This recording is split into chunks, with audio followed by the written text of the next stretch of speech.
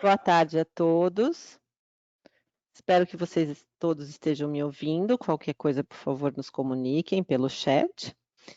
Meu nome é Flávia Goldfinger, eu sou nutricionista, diretora executiva do ILSE Brasil, e vou começar esse webinar falando um pouquinho, rapidinho, do que é o ILSE. Então, o International Life Science Institute, ILSE, é uma rede global de cientistas, tanto do setor público quanto do privado, que trabalha em conjunto em um ambiente neutro sobre os mais elevados princípios de integridade científica para gerar, analisar e comunicar a ciência necessária para melhorar a saúde pública e o bem-estar, assim como a proteção ambiental. O ILSE está presente no mundo todo, é uma instituição sem fins lucrativos, de integração entre a academia, a indústria e o governo. Como nós trabalhamos? Nós identificamos em conjunto os desafios regionais em temas associados às ciências da vida, nós unimos as capacidades técnico-científicas da indústria, da academia e do governo, e nós favorecemos o impacto positivo na saúde pública e no meio ambiente. O ILSE tem também um compromisso com os Objetivos de Desenvolvimento Sustentáveis da ONU, onde todas as nossas atividades devem estar relacionadas com um desses objetivos. Hoje, o webinar é reabilitação metabólica e nutricional pós-hospitalar do paciente grave. Então, faz parte do ciclo de debates em nutrição clínica, da Força-Tarefa de Nutrição Clínica, que é coordenada pelo Dr. Dan Weitzberg. O Dr. Dan também será o coordenador dessa atividade. Então, em relação às declarações de isenção de responsabilidade, as opiniões expressas nas conferências são do apresentador, especialista e cientista e não refletem as do ILSE. Todos os palestrantes tiveram total liberdade para preparar sua conferência. Algumas informações gerais. Vocês podem utilizar o chat para anotar suas perguntas. O chat, ele fica do seu lado direito da tela. Embaixo tem uma abinha chat ou bate-papo. E aí vocês podem anotar as suas perguntas. Se der algum problema com a transmissão do webinar, não se desconecte, pois outra pessoa dará suporte na plataforma. Então, eu vou apresentar o Dr. Dan, que é o coordenador do webinar. Ele é médico cirurgião, livre docente, doutor e mestre em cirurgia, é professor associado do Departamento de Gastroenterologia da Faculdade de Medicina da USP, coordenador do Laboratório de Metabologia e Nutrição em Cirurgia Digestiva, Metanutri, da Faculdade de Medicina da USP, coordenador da Comissão de Nutrologia do Complexo Hospitalar Hospital das Clínicas da USP, coordenador clínico das EMTNs do Instituto Central do Hospital das Clínicas de São Paulo, ICESP, Hospital Santa Catarina. Diretor-presidente do GANEP Nutrição Humana e diretor científico do Bioma For Me. Por favor, nos siga nas nossas mídias sociais, no nosso site, onde vocês podem encontrar todos os materiais que nós desenvolvemos e baixar gratuitamente, e nos sigam no LinkedIn e no Facebook. Dr. Dan, é com você. Muito obrigada pela participação de todos, obrigada, Dr. Dan, por coordenar este webinar. Obrigado, Flávia, um prazer muito grande estar aqui. A ILSE sempre tem apoiado a nossa força-tarefa de nutrição clínica, de modo que esse é o nosso quarto evento, os outros foram presenciais, esperamos que o quinto seja de novo presencial, sempre muito prestigiado. Hoje nós temos duas palestrantes extraordinárias que vão nos brindar com seu conhecimento que é oriundo da vivência prática, né? Inicialmente, nós teremos e vamos ouvir a doutora Silvia Maria Fraga Piovacari, muito conhecida de nós todos, nutricionista. Ela é a coordenadora de toda a nutrição clínica do Hospital Albert Einstein e também a pós-graduação da Faculdade de Ciências da Saúde Albert Einstein. Ela, como títulos, é especialista em nutrição clínica pela Asbram, pelo Centro São Camilo, pela Braskem, ela ainda tem MBA Executivo em Gestão da Saúde no INSPER e ainda ampliado em Barcelona, na Espanha. Ela atualmente cursa o seu curso de mestrado na Faculdade Israelita de Ciências da Saúde Albert Einstein e tem atividade intensa na Braskem e na Sopat.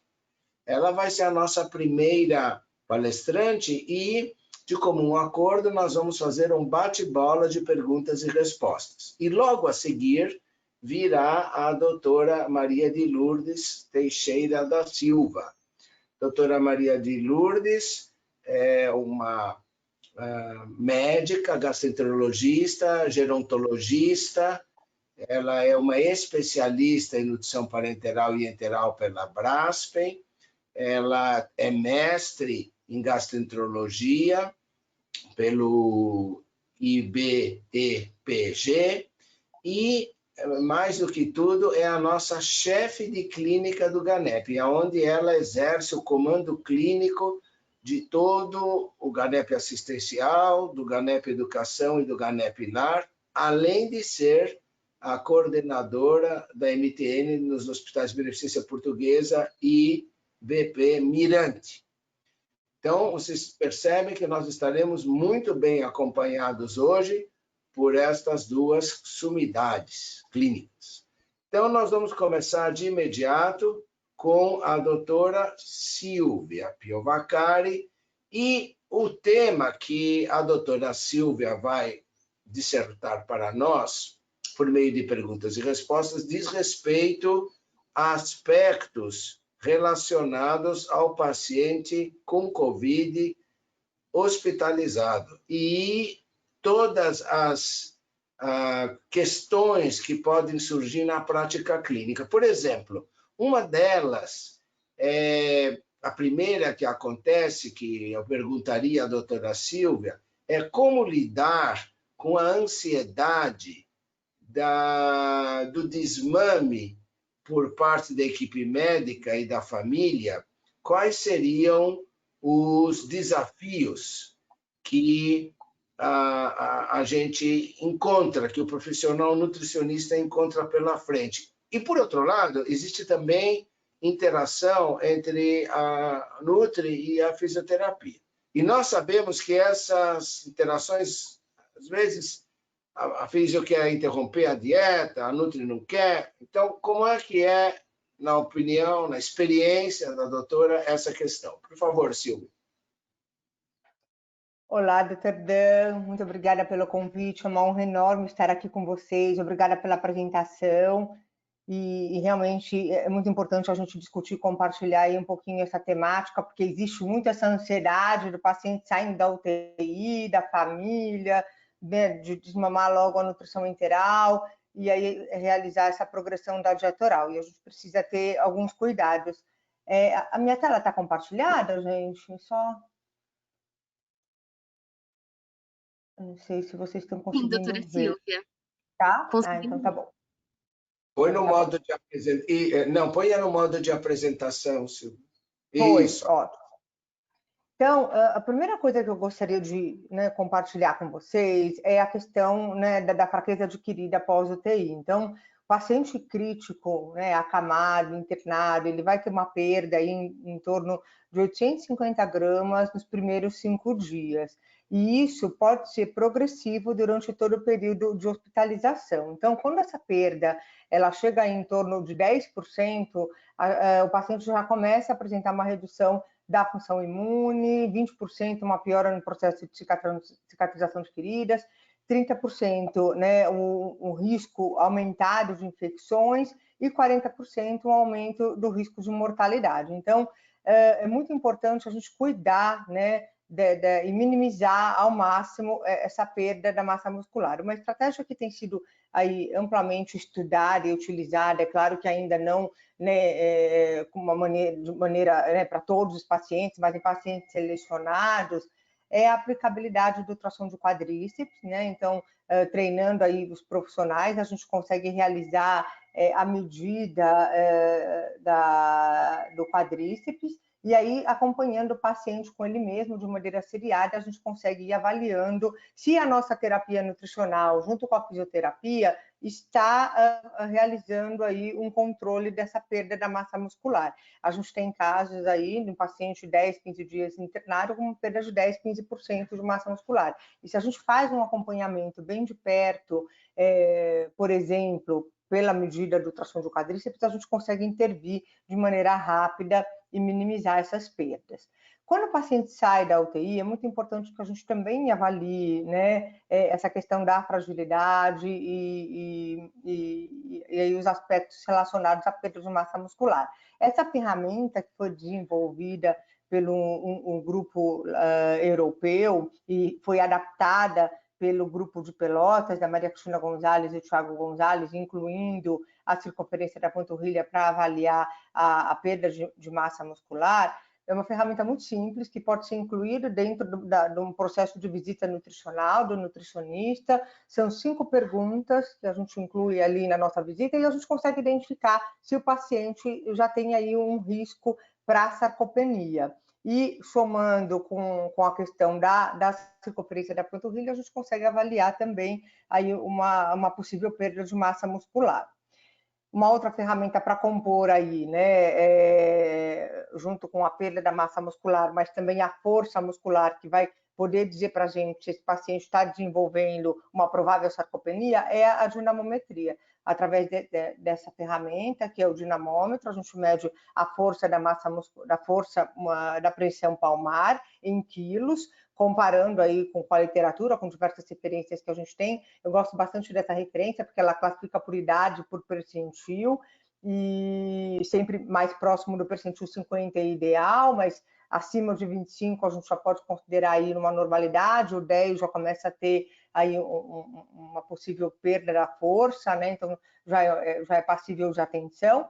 E somando, né, todos esses fatores, perda de massa muscular, mais a questão da funcionalidade medida pela SARC-F e a força muscular, a gente consegue fazer aí um diagnóstico, não, porque o diagnóstico de sarcopenia vai precisar de exames padrão ouro, mas uma triagem para uma possível sarcopenia, e aí uma atenção maior para esse paciente. Todos esses aspectos, eles precisam ser tratados por uma equipe multiprofissional, né, envolvendo aí todo o time de físio, fono, farmácia, nutrição, MTN, e orquestrado pela enfermagem. A enfermagem que é aquele profissional que vai estar 24 horas com o nosso paciente, que vai nos auxiliar aí em todo o norteamento de todos os objetivos, né, quando a gente tem aí, principalmente, objetivos em comum. Então, é muito importante toda essa equipe trabalhar em conjunto.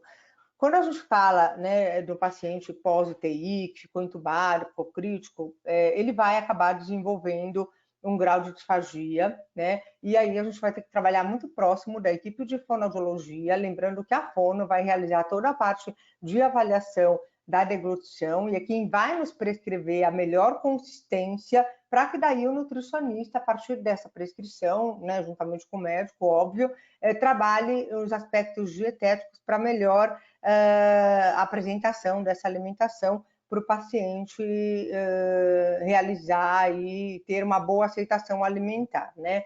Então, alguns cuidados que a gente precisa ter com relação ao desmame, principalmente, né, quando o paciente está com a nutrição enteral e a gente tem toda aquela questão, né, da ansiedade da família em tirar a sonda, mas é muito importante que seja esclarecido e que essa aceitação ela esteja numa constante para que a gente minimize os riscos, né, de um desmame precoce.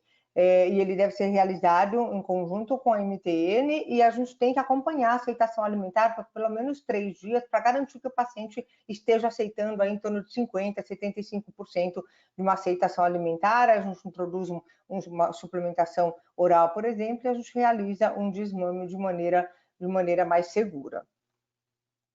Muito bem, Silvia, muito interessante esse aspecto todo, onde você foi bem clara na interação da equipe multidisciplinar, porque esse é um paciente muito complexo, que tem diferentes apresentações e ele requer mesmo que todos trabalhem com o mesmo foco. No entanto, uma das recomendações do Conselho Regional ou Federal de Nutricionistas é que as pacientes não precisavam ser avaliadas na UTI ou nos seus quartos pelos nutricionistas. Então, isso criou uma série de problemas, porque como é que vai se fazer essa avaliação nutricional? Como é que é a história do peso, né? Como é que lá no Hospital Alberto Einstein vocês estão lidando com essa situação? Tá. Só complementando, então, ainda a questão da ingestão oral, doutor Dan, é muito importante que a gente crie estratégias para, então, reduzir a nutrição interal, como, por exemplo, uma programação aí da infusão cíclica noturna, seria uma estratégia para a gente deixar a paciente aí durante o dia com mais liberdade para realizar a alimentação oral, tomando bastante cuidado aí se é um paciente que tem risco de hipoglicemia, né, a gente precisa ter essa atenção. Então, aí os desafios que a gente tem nesse aspecto: restaurar e manter o estado nutricional, assegurar os processos de desmame de maneira segura, reduzir ao máximo a questão da perda da massa muscular, avaliar deglutição e mastigação junto com a fono, conciliar o suplemento proteico com a físio sempre que for necessário e contribuir para a melhor qualidade de vida do nosso paciente. Então, falando aí dessa questão do ajuste das necessidades, lembrar que na UTI a gente vai ter aí um cuidado mais diferenciado, vamos ter mais cautela com a evolução da caloria para evitar síndrome de realimentação, com o aporte proteico. E numa fase de reabilitação, a gente já vai tratar o nosso paciente de maneira mais agressiva, principalmente se ele tiver baixo peso e perda de peso. Aí a gente tem aí uma série de recomendações, esse é um protocolinho que a gente instituiu aqui na instituição, né, aí para adultos, idosos, quando tem lesão por pressão, e as diferenças aí de aporte nutricional para nortear o nutricionista quando o paciente está numa fase mais crítica, que é completamente diferente, ele vai precisar ser avaliado na fase de reabilitação e quando ele vai para o andar, para a semi-intensiva ou para a clínica médica. Quando a gente fala do peso, a gente tem, né, aí as diferenças de peso, né, gente? Então, tem o peso habitual, aquele peso que o paciente pesou a maior parte da vida dele. A gente tem um peso referido, que é aquele que o paciente acha que ele pesa, e temos o peso mensurado. Então, é muito importante a gente trabalhar dentro do peso mensurado, que é o peso atual do nosso paciente. Quando a gente fala no paciente crítico, o ideal é que se pese ele diariamente, porque a gente sabe de todas as variações. Numa semi-intensiva, a gente sugere 3 vezes por semana. Quando o paciente vai para a clínica médica cirúrgica, pelo menos uma vez por semana, para a gente ter esse acompanhamento, e algumas situações especiais, como oncologia, doenças renais, insuficiência cardíaca congestiva, transplante, hepatopatias, diariamente, porque existe toda uma variação, né?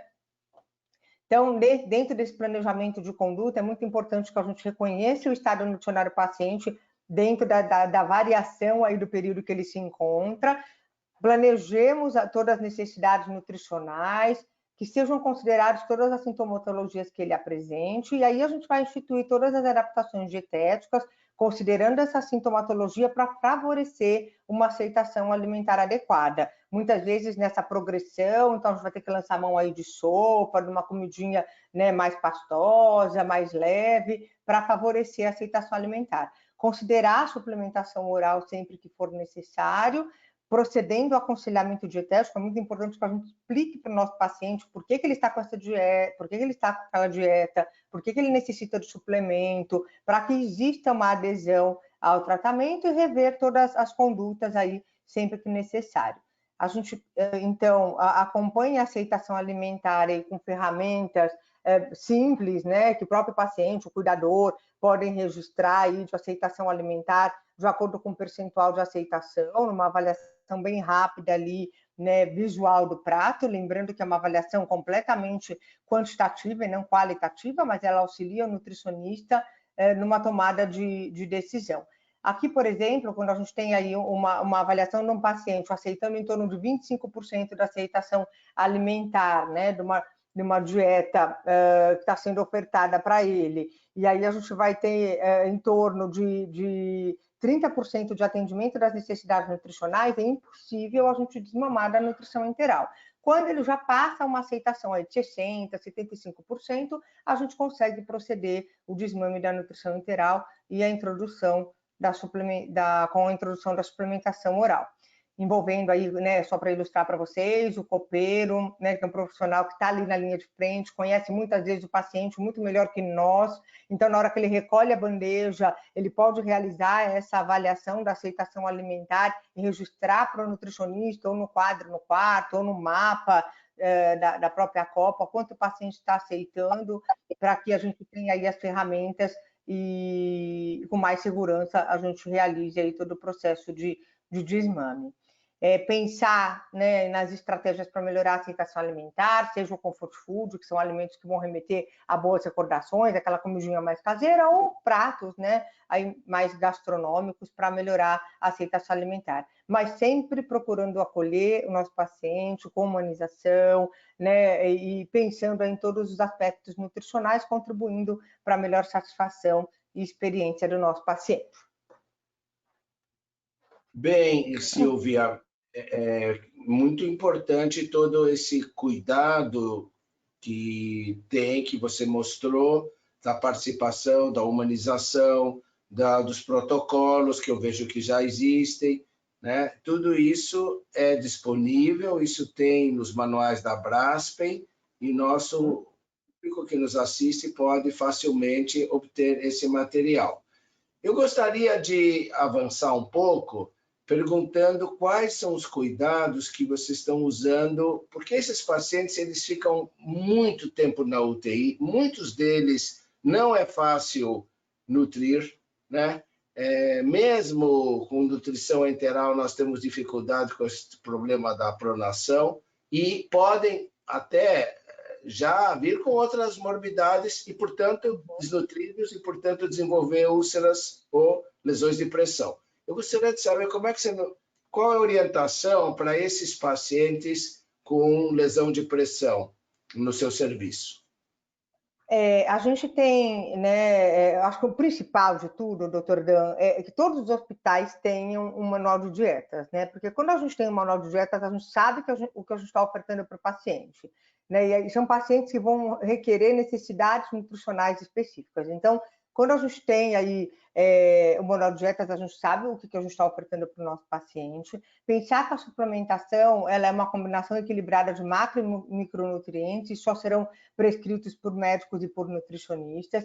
A gente tem aí, né, todas as recomendações relacionadas às necessidades nutricionais, né, de acordo com a demanda, né? Então é importante a gente pensar em uma oferta calórica em torno de 25 a 35 calorias, necessidade proteica em torno de 1,2 a 2 gramas e necessidades hídricas de 30 a 35 ml por quilo por dia. Eu chamo muita atenção na necessidade hídrica. O idoso é um paciente que desidrata muito facilmente e a gente precisa sempre lembrar, né, se ele está ingerindo líquido e se nós estamos prescrevendo de maneira adequada esse líquido. A gente tem, então, aí um protocolo de indicação de suplementação oral, né, com base em todas as referências que a gente tem aí de Aspen, Espen, Braskem. Em diversas situações existem indicações bem sólidas na literatura, então pacientes em risco nutricional, desnutrição, no risco presente de lesão por pressão, que eu já vou falar um pouquinho mais adiante, na presença de disfagia, no desmame, na fraqueza adquirida, sarcopenia, em pré e pós-operatório de cirurgia de grande porte, abreviação do jejum pré-operatório, na prevenção do risco de queda, tem se discutido muito, né, em cirurgias de quadril, em demais cirurgias ortopédicas e no preparo imunológico também aí de diversas condições cirúrgicas.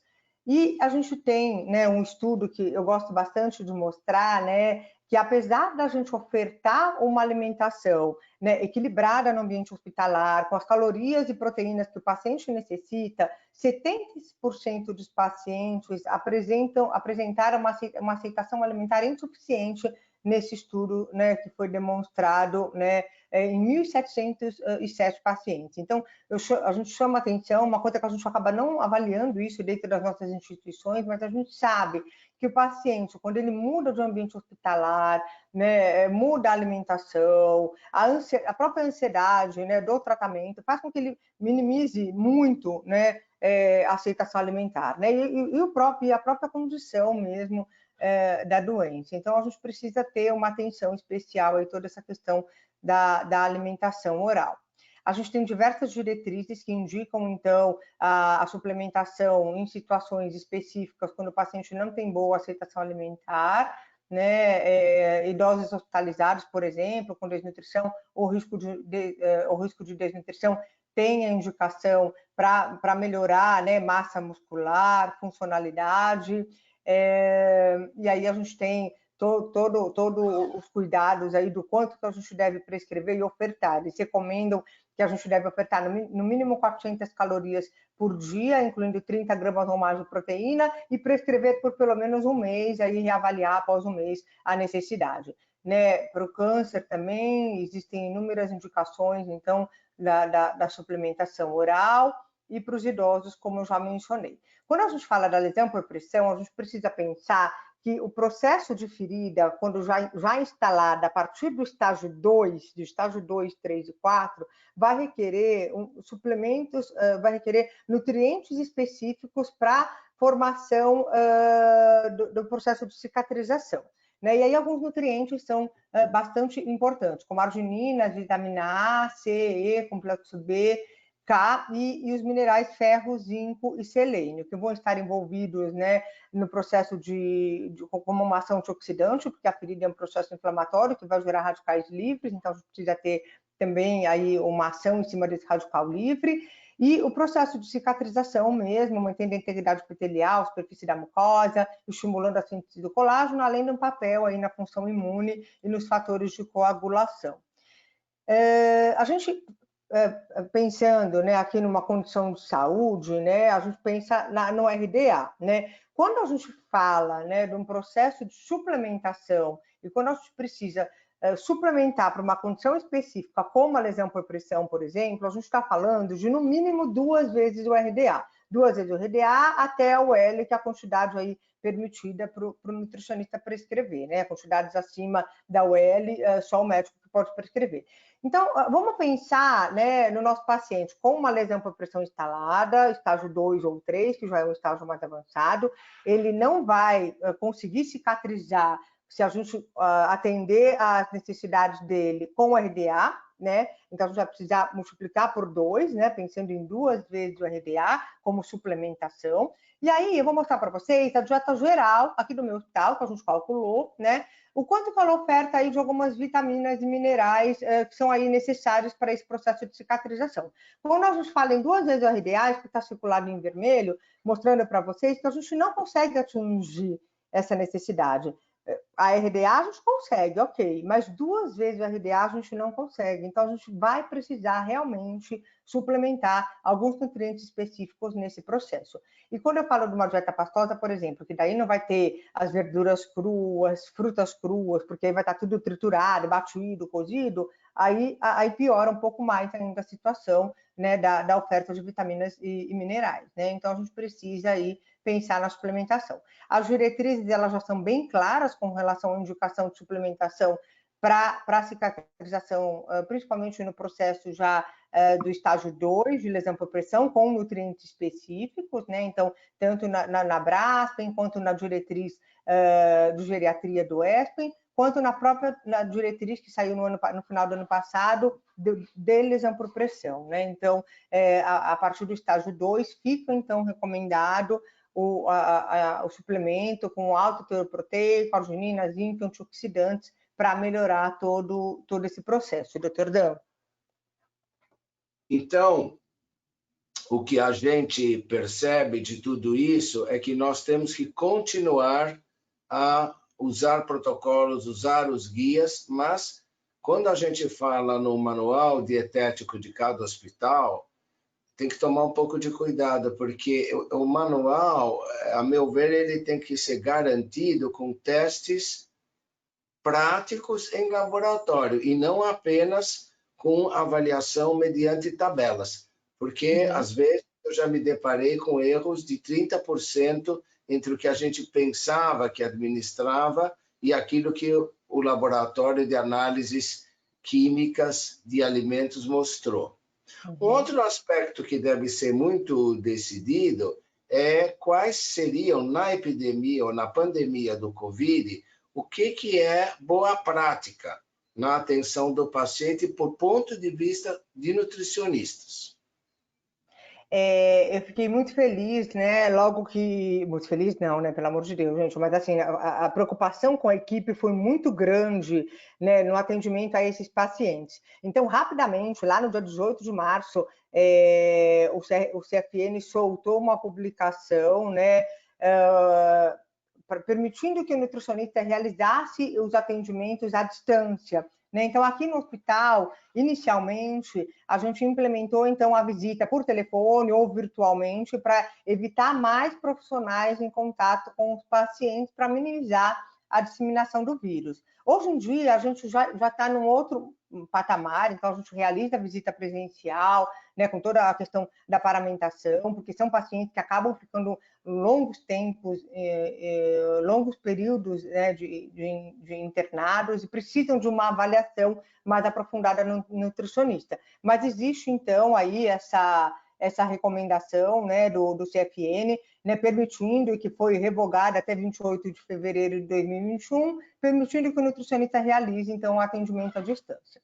É muito importante a gente ter aí todo um protocolo racional, né, de avaliação desse paciente. São pacientes que chegam para a gente muitas vezes debilitados, a questão, né, do comprometimento pulmonar, né, a necessidade de intubação, e aí o pós dele vai ser um pós mais fragilizado, pacientes com extremo grau de inapetência, perda de paladar, perda de olfato, que vão prejudicar muito a aceitação alimentar. Então, a gente vai precisar, né, lançar mão aí de diversas estratégias para promover aí a recuperação desse paciente.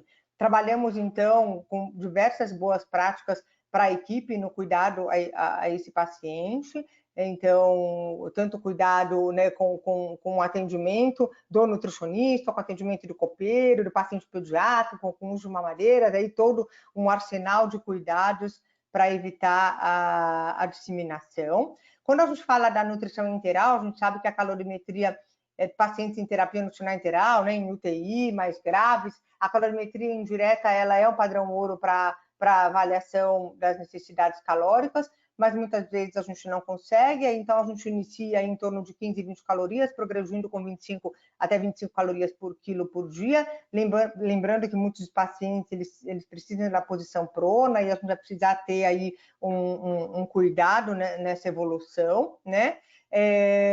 As recomendações de proteína vão girar em torno de 1,2 a 2 gramas, sempre em baixa dosagem, trófica, considerar então o aporte calórico do Propofol, nas situações que houver uma quantidade, né, maior aí que 500 calorias, e avaliar a tolerância gastrointestinal. São pacientes que desenvolvem, né, uma intolerância, diarreia, então a gente precisa também ter esse cuidado. São pacientes que a gente acabou criando aí um fluxo, publicamos na Braskem lá no início de março, para auxiliar os profissionais no atendimento desses pacientes.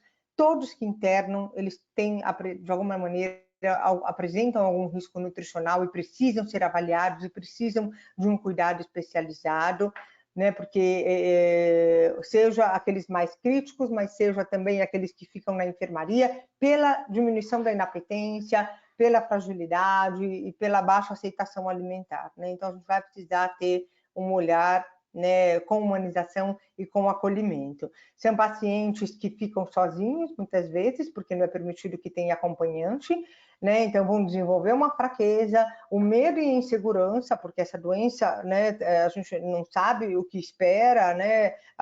Muitos pacientes, a gente sabe que não são internados, mas aqueles que internam, né, com algum grau aí de gravidade, então vai gerar muito medo, muita incerteza, e essa questão da solidão, né, do não ter o acompanhamento e esse auxílio até para né, auxiliar durante o momento da alimentação. Então, o paciente tem que muitas vezes se alimentar sozinho, então a gente precisa pensar em tudo isso. Aqui na instituição, então, a gente realizou aí algumas iniciativas com os pacientes, com comemoração de aniversário, por exemplo, visto que eles não poderiam, né, comemorar em família. Então, a gente faz um bolinho, faz um brigadeiro, a equipe entra com bexiga, né, e faz todo esse acolhimento. E as comemorações na alta hospitalar, né? Acho que aí tem sido uma vitória, né, para muitos pacientes que ficam graves. Então, a gente precisa comemorar e acolher toda essa questão. Muito bom. Então, Silvia, você nos levou desde a avaliação nutricional até a alta, do ponto de vista do olhar do nutricionista. E agora eu gostaria que, para encerrar, você nos contasse como é que no seu serviço se prepara uma alta nutricional, né?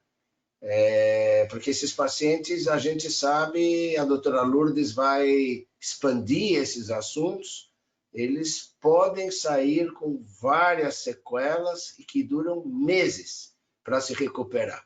Então, eu entendo que o hospital já está numa fase verde, quer dizer, vocês já estão entrando no quarto, então já está sendo a alta muito bem preparada, e o importante é a continuidade, ou seja, como é que vocês estão fazendo o atendimento ambulatorial, nutricional dos pacientes com Covid?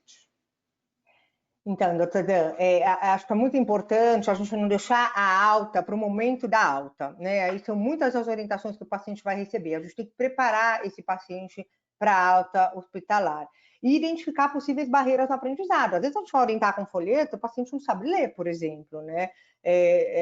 Então a gente tem que avaliar, né, todas as barreiras de aprendizado, seja, né, às vezes que a gente tem aí cultural, mas a gente pode ter barreiras também visual, auditiva, enfim. Então, adaptar essa ferramenta a esse momento da alta. Identificar a pessoa que vai cuidar desse paciente em casa, né? Quem que vai ser essa pessoa e realizar esse processo junto com essa pessoa. E se tiver a TNO, determinar a frequência, a duração, o tipo, aonde compra, enfim, né? Fornecer similares também, não somente uma marca, por exemplo. E promover uma continuidade da assistência. Hoje em dia, muito se fala aí da telemedicina, telesaúde, acho que pode ser uma estratégia, né, ampliada e que facilita muito. Precisamos pensar que em algumas condições, se a gente não realiza de maneira adequada, esse paciente ele vai ser readmitido em menos que 30 dias, principalmente se ele for idoso, e é uma readmissão indesejada, que muitas vezes a fonte pagadora pode até realizar algum tipo de não pagamento para a instituição, se isso acontecer. Então, a gente precisa garantir que essa deshospitalização seja segura. Então, aí alguns fatores de risco, né, que podem contribuir para o paciente apresentar uma readmissão indesejada, como idade avançada, se ele apresentou queda no último ano, depressão, se ele utiliza múltiplos medicamentos, desnutrição e baixo nível socioeconômico. E as intervenções que reduzem a readmissão, quando a gente planeja a alta de maneira adequada, realiza um suporte pós-alta e, principalmente, realize todo esse trabalho aí em time com todos os profissionais envolvidos para que se tenha uma coerência nesse planejamento. Então, a telenutrição, a gente tem utilizado bastante aqui na instituição, quando especialista e paciente não necessitam estar presentes no mesmo local, facilita muito, né, o contato e o deslocamento do paciente, reduz tempo, gastos com estacionamento, por exemplo, e a gente consegue um segmento aí e uma adesão maior ao tratamento. Quando a gente realiza, então, a orientação, é muito importante a gente lembrar, né, do porquê que o paciente precisa seguir aquela alimentação, então, realizar um aconselhamento dietético de maneira adequada, ter uma atenção especial à aceitação alimentar e qualquer mudança, comunicar a equipe, fracionar a oferta proteica, a gente sabe que o aproveitamento da proteína ele vai ser muito melhor de maneira fracionada, e se houver indicação da suplementação, explicar também o porquê dessa necessidade.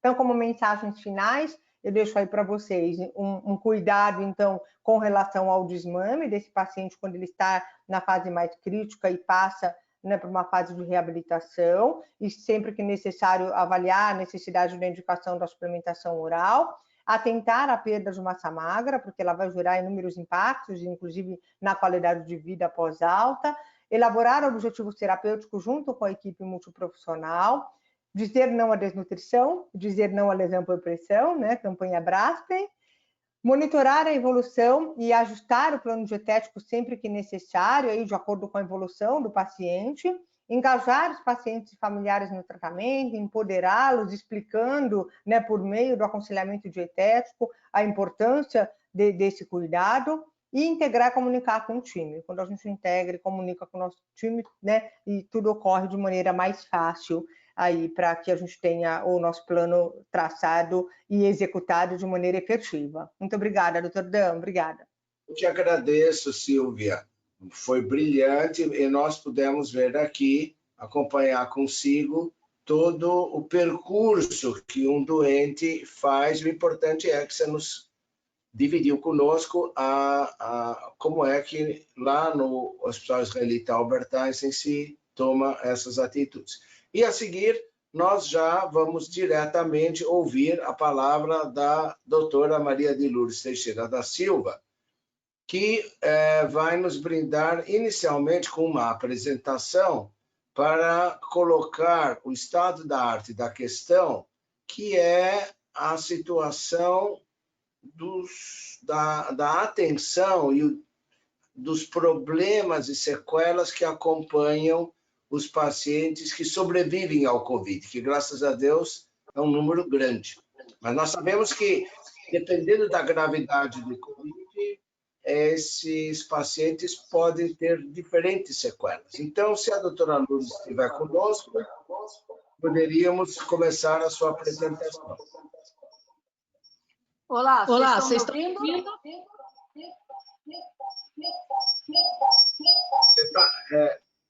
Vamos desligar o microfone, Silvia, porque está com eco.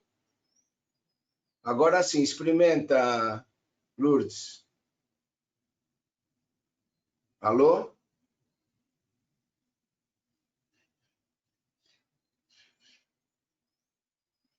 Lourdes, seu microfone está cortado. Doutora Lourdes, só um minuto, por gentileza.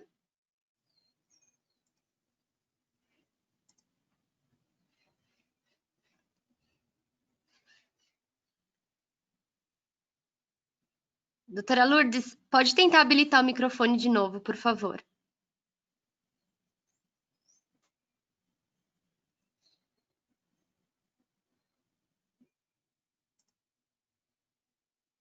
Novamente, pode tentar?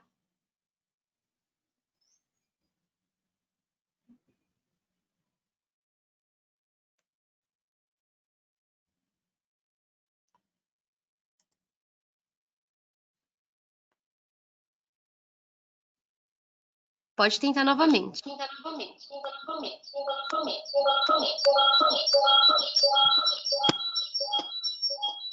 Alô? Doutora Lourdes, provavelmente... Oi, vocês estão me ouvindo? Sim, é que a senhora deve estar com os dois microfones de dois dispositivos abertos, por isso que dá essa cacofonia de som. Se a senhora puder tirar um dos fones de dos aplicativos, aí melhora. Já tranquei os outros computadores. E agora? Agora melhorou, tá ótimo. Bom, então, pessoal, vocês vão me desculpar que a gente não está conseguindo ter a imagem, mas eu agradeço bastante a oportunidade de estar aqui hoje, agradeço a apresentação, e assim que eu puder compartilhar a tela, eu gostaria.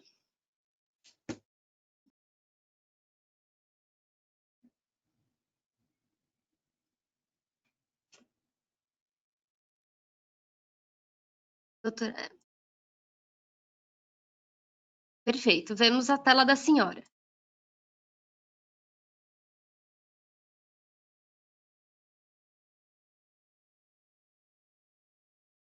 Tudo certo com a tela? Perfeito, Lourdes. Perfeito. Bom, então, o que eu gostaria de conversar com vocês, depois dessa apresentação, essa fase inicial da Silvia, que foi brilhante e me ajudou muito, mas nós vamos tentar conversar um pouquinho mais sobre a parte nutricional, metabólica e particularmente, considerando o pós-alta desses pacientes.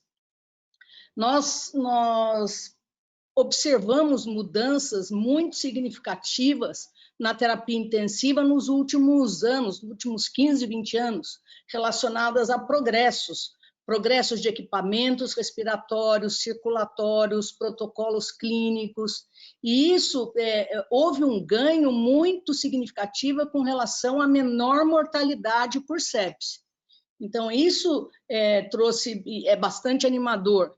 Mas, de outro lado, a gente sabe que também a população idosa aumentou muito nos últimos anos, inclusive a terapia intensiva com um impacto importante, e hoje 60% dos pacientes sépticos são idosos, o que vai complicar um pouco mais o prognóstico. Eles saem mais, o maior número de doentes saem vivos da UTI, mas saem com complicações importantes para serem administradas no pós-alta. A gente sabe que a doença crítica traz transtornos muito importantes para o paciente de um modo geral, sobretudo para aqueles que ficam um tempo mais prolongado na UTI, que vão desde de catabolismo, resistência anabólica, disfunção mitocondrial, e vai aonde a Sílvia mostrou muito bem, que a fraqueza adquirida na UTI, com perda da musculatura esquelética, da força da função, perda da função cognitiva também, desordem mental, e isso vai se perpetuando com dificuldade de cicatrização, reinfecções. Então, existem dois aspectos que são bastante comprometidos por causa desse ciclo de doenças, que é a condição nutricional e a condição física, a inatividade desses pacientes, a desnutrição. Então, a gente chama atenção para a necessidade de iniciar precocemente a terapia nutricional e a reabilitação, mas não pensando só na UTI, mas já pensando no pós-alta. Então, isso é um aspecto bastante importante que a gente vê. E só para ilustrar isso que a gente falou, os pacientes saem no maior número vivos da UTI. Alguns autores falam até que esses pacientes não são sobreviventes da UTI, mas sim vítimas da UTI.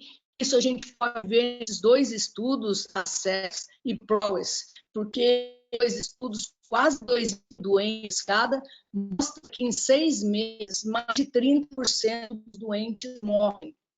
Então, 1/3 dos doentes que saem vivos morrem nos primeiros 6 meses. Então, isso chama atenção para a necessidade de cuidar desses pacientes. Eles não podem simplesmente ter alta da UTI, alta do hospital, sem um cuidado muito especializado e intensivo também no domicílio.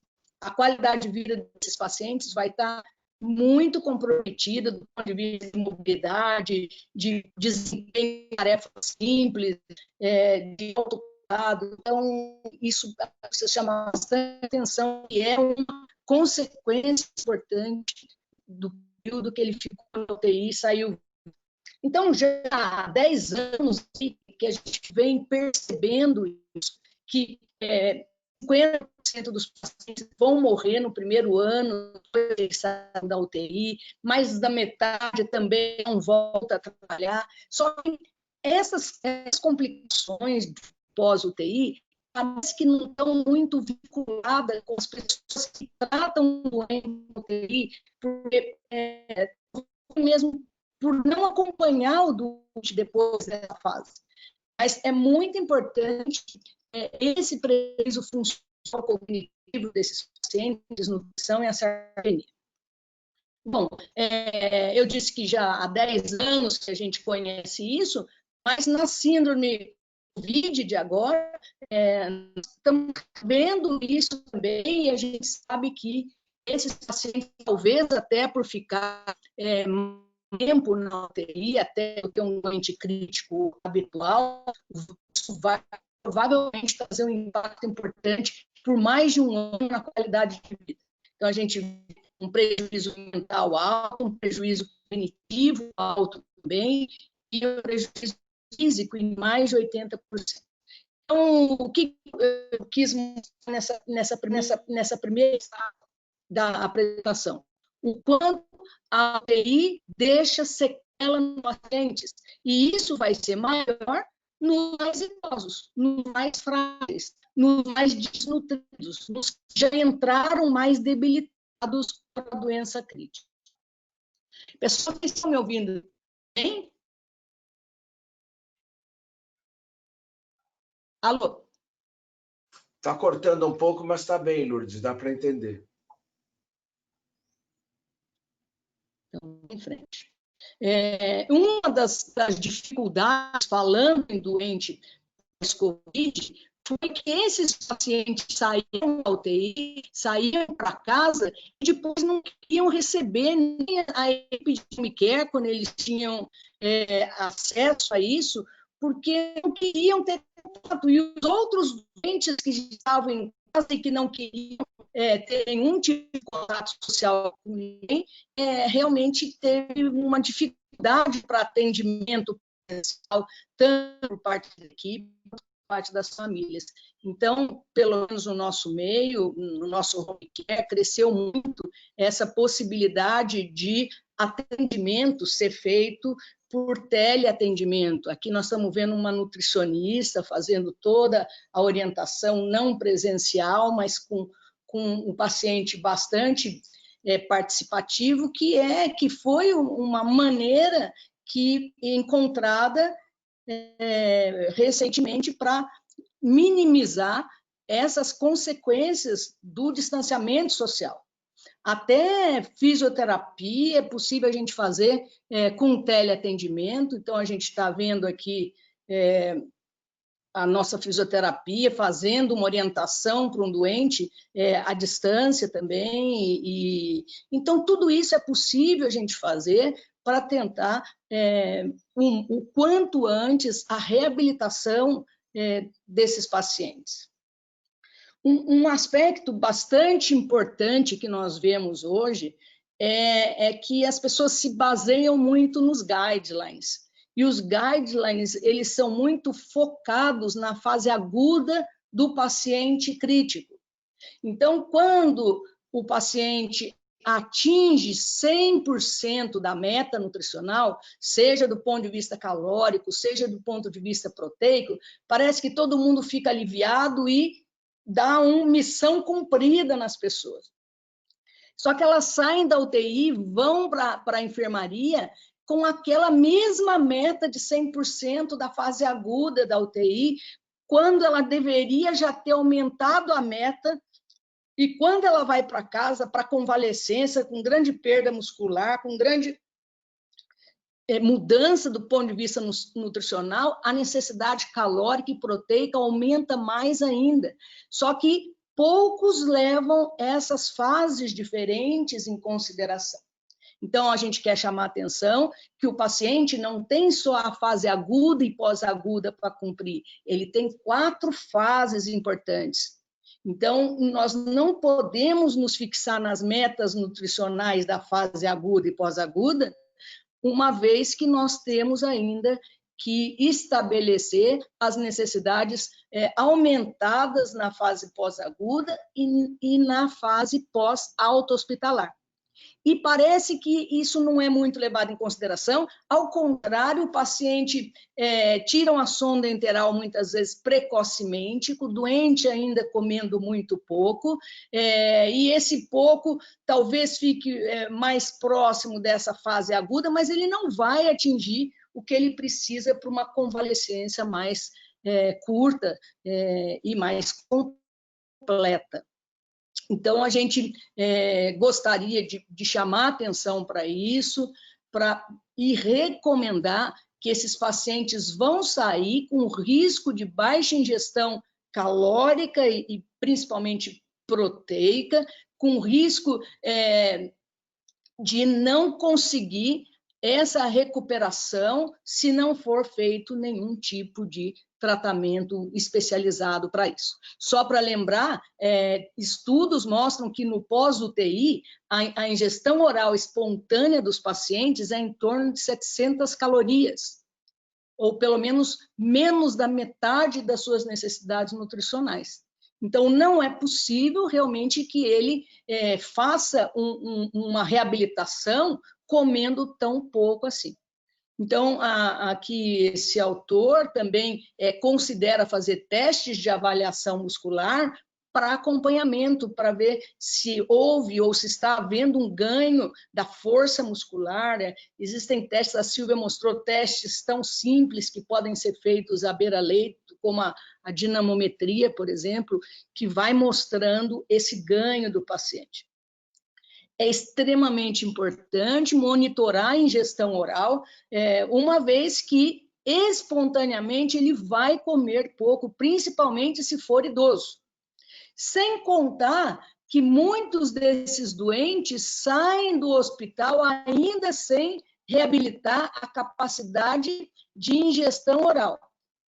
E muitos deles, embora comam ainda uma alimentação adaptada e às vezes insuficiente, acabam saindo sem sonda hospitalar. Então, sonda enteral. Então, é muito importante que essas questões sejam todas muito bem avaliadas antes de dar alta para o doente para casa.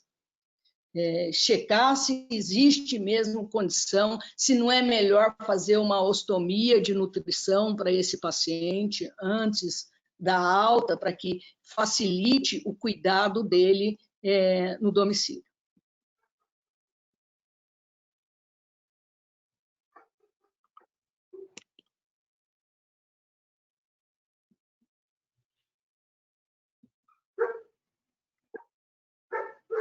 Ops. Espera aí, pessoal, deu um crack aqui.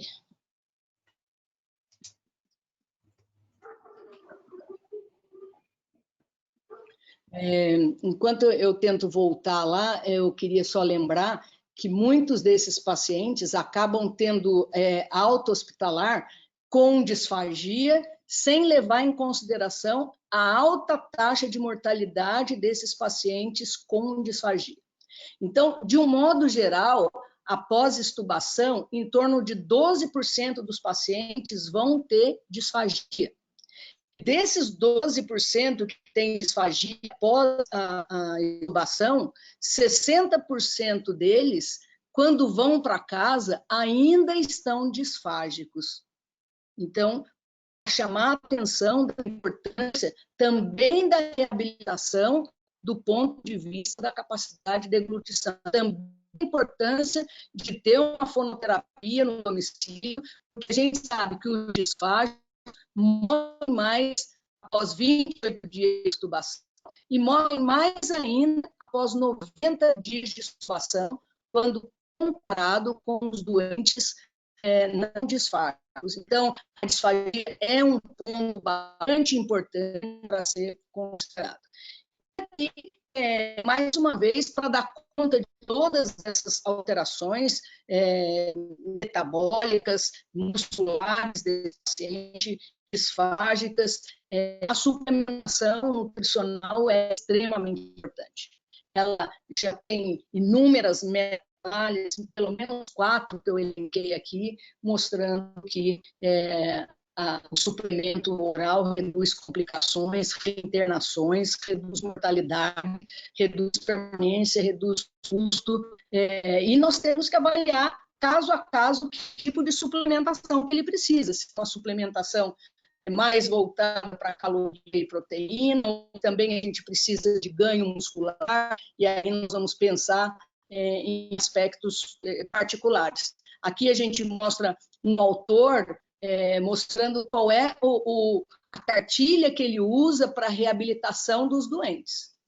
4.000 calorias, 2 gramas de proteína por quilo, atividade física 5 dias na semana, suplementos como ácido graxo cadeia ramificada, HMB, vitamina D, óleo de peixe, e assim por diante. Então, é evidente que nós não estamos habituados a fazer uma relação tão grande para um único paciente de suplementos, mas eu acho que a gente, se precisa de ganho muscular, se a perda foi grande, a gente deve se empenhar na reabilitação desse paciente, e isso pode incluir, sim, alguns suplementos particulares aí. É isso, doutor Dan, e a todos aí. A gente tentou mostrar a importância de se avaliar esses pacientes com bastante cuidado no momento da alta, e, aliás, a preocupação ela tem que ser mais precoce que a alta. Ela tem que ser pensada já após o 3º, 4º dia de internação na UTI, de como a gente não pode tolerar dias de jejum, dias de muito baixa ingestão oral, sem adequada suplementação venosa para esses pacientes. Muito obrigado, doutora Lourdes, por essa apresentação brilhante, muito ampla, que mostra exatamente os aspectos. E a gente tem algumas questões importantes, né? Na sua opinião, na sua vivência, esses pacientes que sobrevivem, que saem da UTI, você já falou da disfagia, você já falou da desnutrição, mas como é que em casa, né, se pode lidar com esse problema? Então, você acha que esses pacientes vão comer qualquer coisa ou eles precisam de uma orientação dietética especializada? Eles precisam de alguma suplementação? Como que devemos fazer? Eu acho que a primeira coisa é a gente avaliar o grau de anorexia desse paciente. É estabelecer, não adianta a gente sair com um cardápio maravilhoso, olha, segue a dieta mediterrânea, que para recuperação é uma dieta sensacional. Se esse paciente está com prótese desajustada, não consegue comer adequadamente. Então, primeiro é conhecer o seu doente, conhecer a capacidade que ele tem de aceitar alimentação consistente, alimentação sólida por via oral, ou se essa dieta vai ter que ser mudada a consistência. Então, isso é tudo muito variável entre os pacientes. Primeira e importante avaliação também é ter certeza que ele não está saindo disfágico, que ele é capaz de comer o que a família oferecer. Se ele é capaz de sentar na mesa e comer a mesma comida que as outras pessoas daquela casa. Então, isso é muito importante. Ver o grau de anorexia que ele tem e a capacidade de ingestão. A partir daí, nós temos que ser realistas. A gente tem doentes de todo o nível social, mas eu acho muito difícil que esse paciente que ficou 1, 2, 3 semanas na UTI saia sem uso de suplemento nutricional. É muito difícil que ele seja capaz. O ideal para esses pacientes seria a nutrição enteral ser mais estendida, principalmente se houve uma perda de peso mais importante, que a gente vê com muita frequência. Eu entendo. E isso, pior ainda, quando eles são disfágicos, então, porque você acha que espessantes podem ajudar nesse caso? Eu acho que pode, mas a gente precisa ver em que fase que ele está do tratamento com a fono. Se ele já está em fase de espessante, se ele já está em fase de dieta liberada, ou se ele tem que continuar em casa esse tratamento fonoterápico. Então, grande parte desses pacientes, a gente que trabalha com home care, né, doutor Dan, a gente sabe a quantidade de pacientes que tem alta precisando de continuidade de tratamento fonoterápico. Então, isso é muito importante. Inclusive, a própria diretriz da ESPEN, ela sugere que pacientes, mesmo com sonda enteral, devem receber algum tipo de provocação oral para não esquecer como engolir. Eu me lembro de uma paciente, não era com Covid nada, ela teve uma fístula pancreática, ela ficou em parenteral internada por 6 meses no hospital. E quando finalmente a fístula fechou e aí deram comida, ela não sabia mais, ela tinha esquecido como engolir. Parece que engolir não é um ato inato em nós. nós aprendemos a engolir. Tem mais uma pergunta para você, que é assim, as necessidades nutricionais na fase de reabilitação são as mesmas da fase aguda, maiores ou menores? São maiores, né? Isso a gente mostrou, ela já começa a aumentar quando ele sai da UTI. Ao contrário, você sabe que eu já cansei de ouvir pessoas dizendo, mas ele saiu da UTI, já passou a fase crítica, eu achei que agora ia diminuir a necessidade dele. Então, as pessoas... e começam a aceitar que comer pouco faz parte daquele momento daquele paciente, que depois, aos poucos, ele vai melhorando e tudo.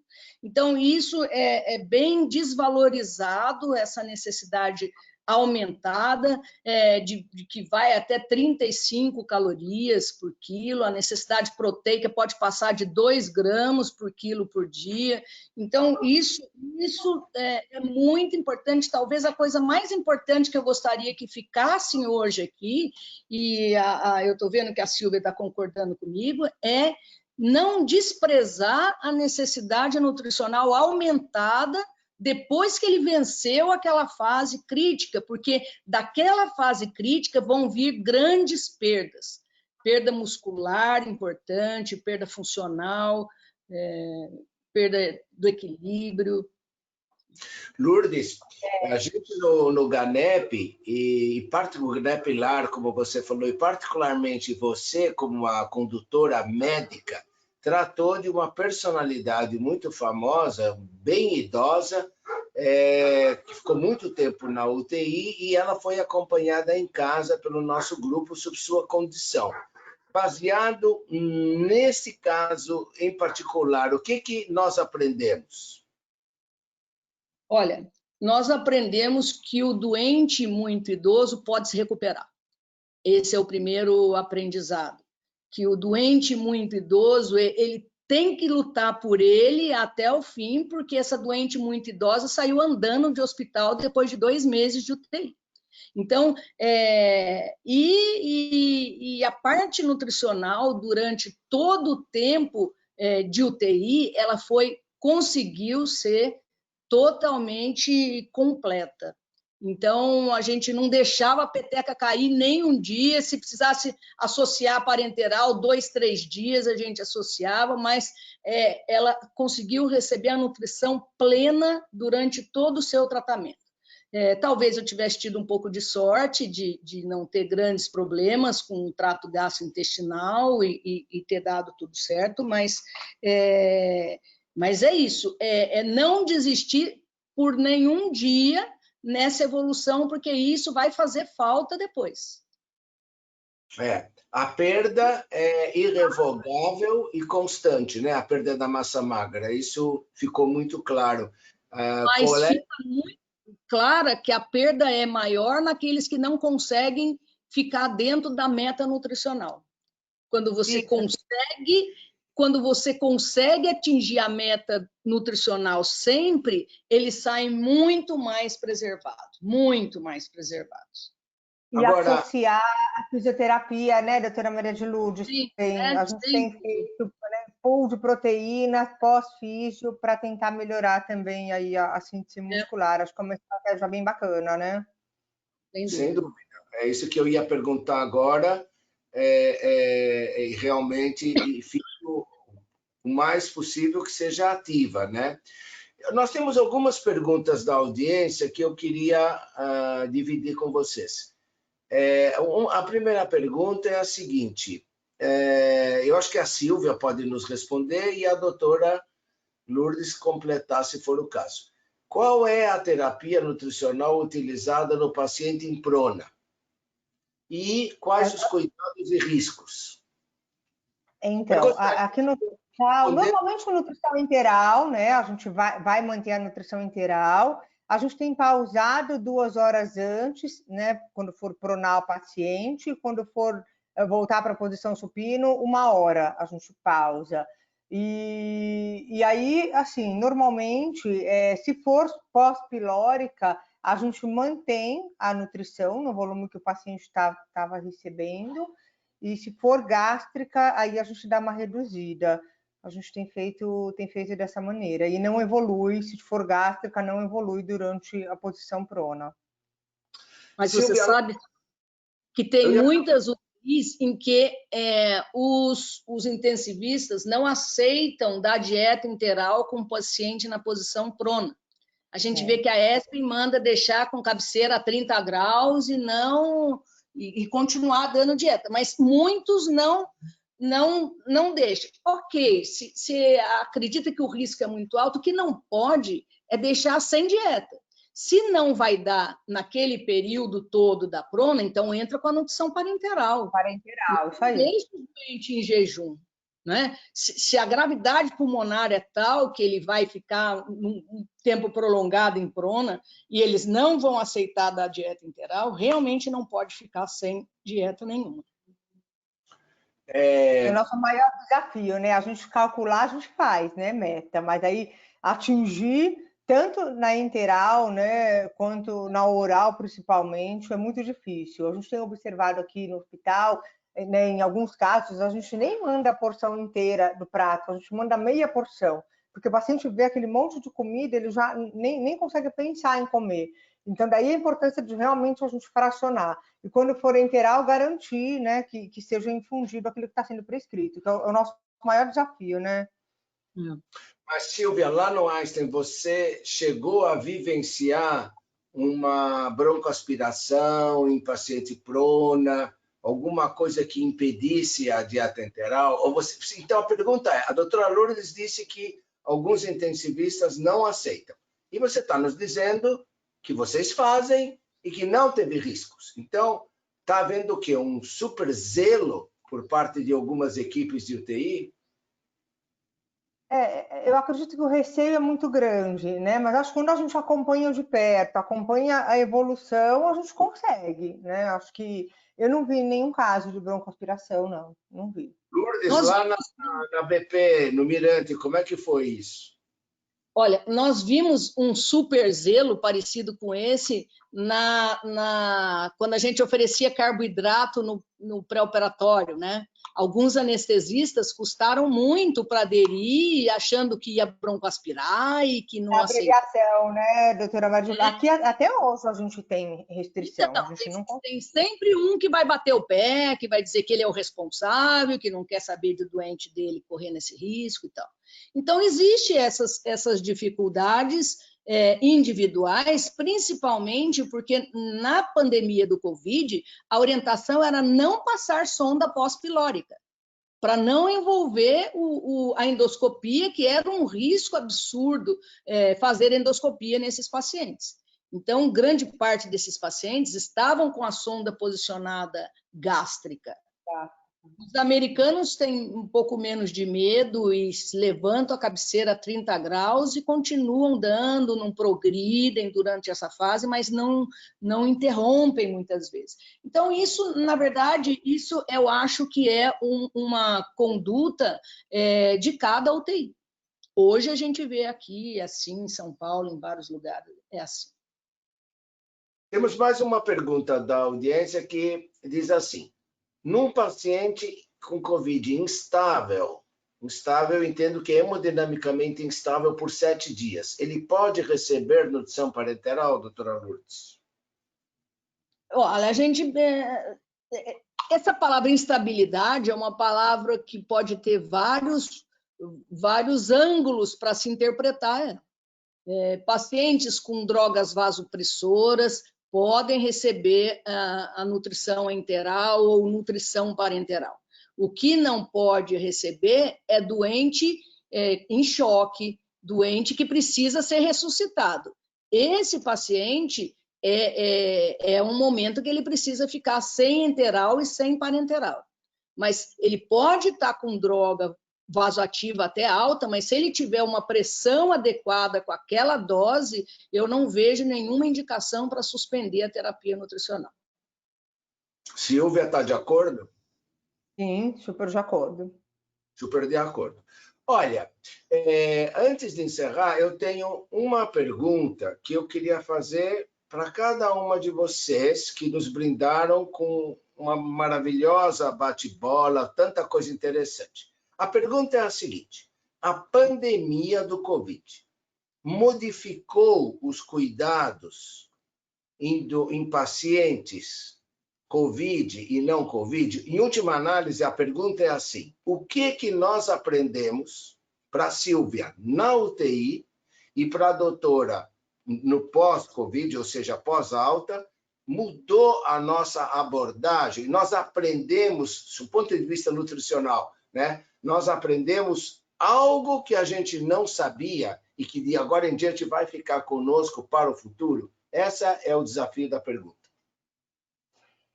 Então, doutor Dan, eu acho assim, uma coisa que a gente já vinha estudando há muito tempo, essa questão da fragilidade, da sarcopenia. Eu acho que intensificou bastante, né? Porque a gente vê aí, como a doutora Maria de Lourdes mostrou, pacientes, eles saem extremamente fragilizados. Então, eu acho que agora, mais do que nunca, é uma oportunidade enorme da gente realmente prestar atenção nessa perda de massa muscular, nessa fragilidade, nessa sarcopenia que os pacientes desenvolvem.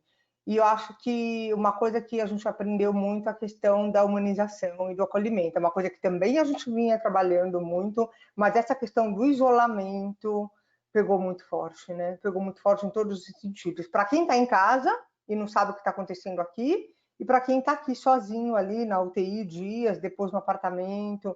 Então, eu acho que da gente tentar favorecer aí, né, de maneira positiva, uma maior humanização e o contato, seja por tele, né, como a gente pode propiciar, prestar atenção nesses aspectos.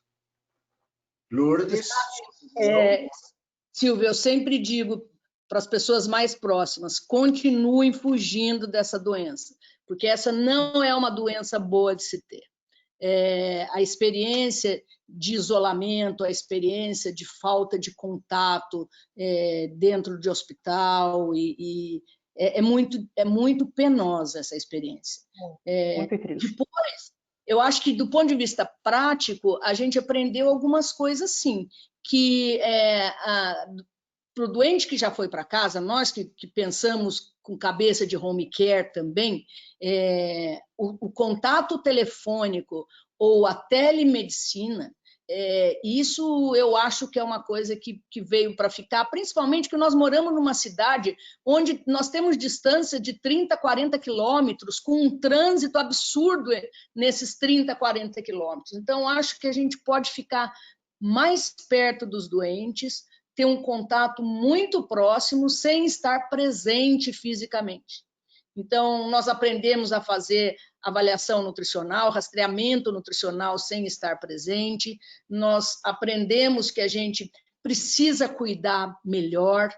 Então, isso eu acho que foram alguns aprendizados importantes, que a gente tem que ficar mais próximo do doente, mas não necessariamente estando ao lado dele. Então, eu acho que a gente pode ajudar muito mais o paciente hoje, principalmente nessa recuperação pós-UTI. Não precisa ser pós-Covid, mas nessa recuperação pós-UTI.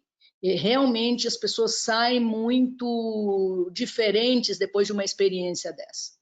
Saem muito carentes, muito modificados. Muito bom, gente. Nós chegamos ao final da nossa apresentação. Eu queria agradecer sobremaneira a doutora Sílvia Piovacari, a doutora Maria de Lourdes Teixeira da Silva, porque vocês nos trouxeram a sua experiência pessoal de cuidar dos doentes lá no Einstein, lá na Beneficência Portuguesa, e isso é muito enriquecedor, porque quando a gente parte da experiência pessoal e divulga, isso é realmente generosidade. Eu queria agradecer a todos que nos assistem e passar a palavra de novo à diretora executiva da IUSE, a doutora Flávia Goldfinger, que sempre prestigiou muito a nossa força-tarefa de nutrição clínica, para as suas despedidas. Muito obrigada, doutor Dan. Muito obrigada pelas suas palavras, muito obrigada, doutora Sílvia, doutora Lourdes, pelas excelentes palestras.